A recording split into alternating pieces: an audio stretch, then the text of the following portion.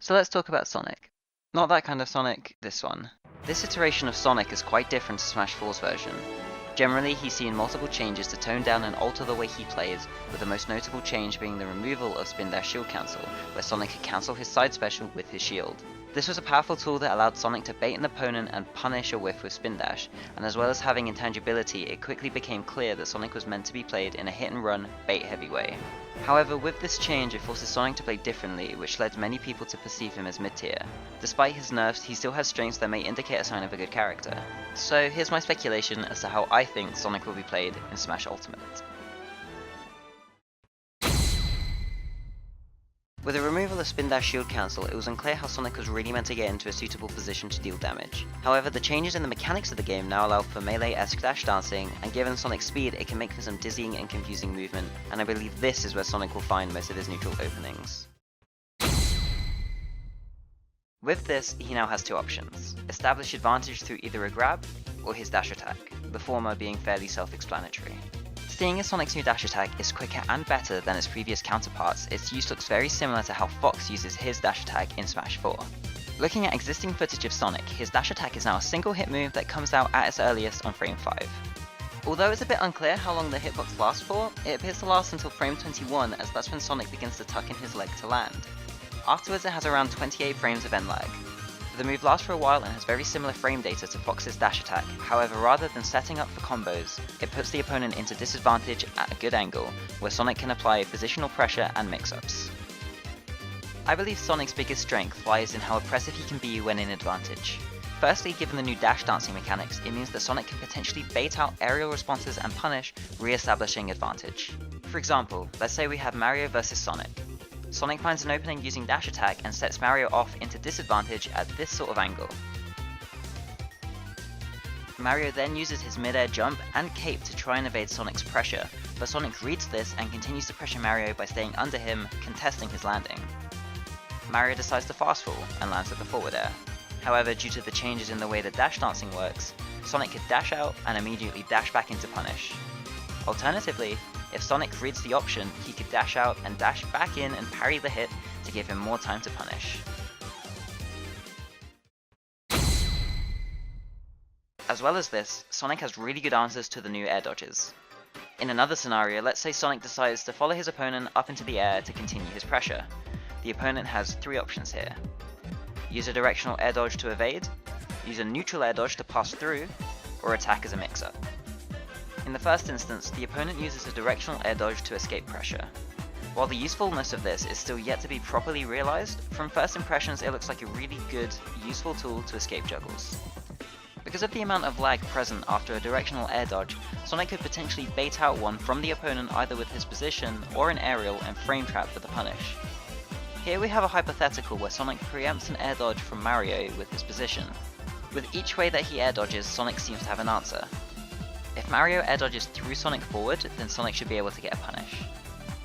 If Mario air dodges away, then two things could either happen.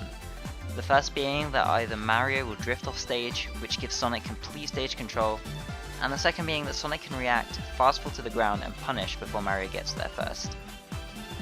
If Mario air dodges upwards, he doesn't get much height and will suffer lots of lag. The punish here is mostly situational, depending on the opponent's position in relation to Sonic. If the opponent air dodges downwards, if they're not high enough they could set themselves up for landing lag, which Sonic can nair in pursuit.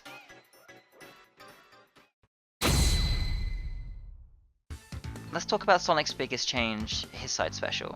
Now generally the fact that you can't shield cancel this move anymore is a really big nerf, as it means now that Sonic has to commit whenever he makes the input. However, it still somewhat retains a use or two in that it can be used to punish landings. I say somewhat here because there's a timer on how long the move can be held for before it's automatically released.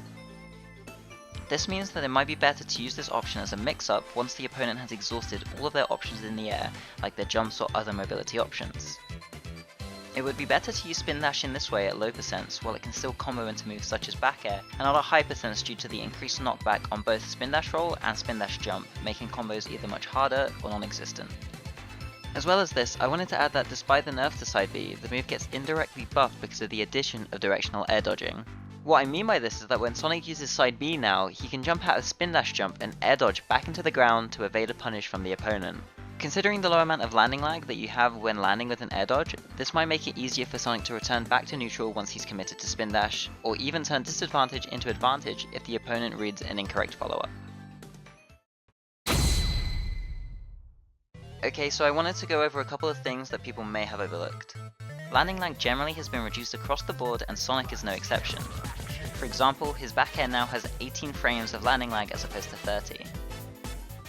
To put this in perspective, that's just 1 frame more than the landing lag on both Marth and Lucina's back air in Smash 4, an already pretty safe move on block when spaced.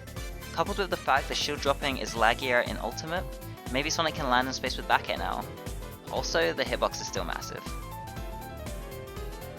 Sonic's up B still has intangibility frames, they've just been vastly reduced. Going from 9 frames to 4 frames, Sonic can still go through some hitboxes, he'll just need to be more careful when doing so. Moves with lingering hitboxes such as Cloud's down air will be even better at knocking Sonic out of his up B now. So what's the verdict here?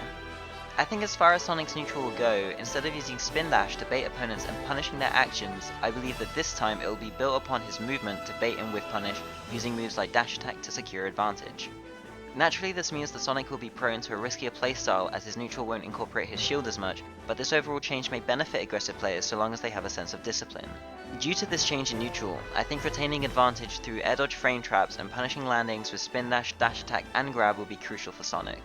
Sonic's stronger hitboxes as well on kill moves such as forward smash, back air and forward air will allow Sonic to kill earlier, hence why it's important to keep harassing opponents while they're in disadvantage. Using movement effectively will be paramount to securing kills as Sonic has lost kill confirms through spin dash and spin charge combos. I think all in all, Sonic is going to be a good character in Ultimate and I'm excited to see how his meta will develop come the game's release. If you liked the video, please feel free to leave a like and don't forget to comment and let me know what your impressions of Sonic are. I'd like to start producing some cool stuff for Ultimate like this and more, so feel free to hit the subscribe button and click that little bell.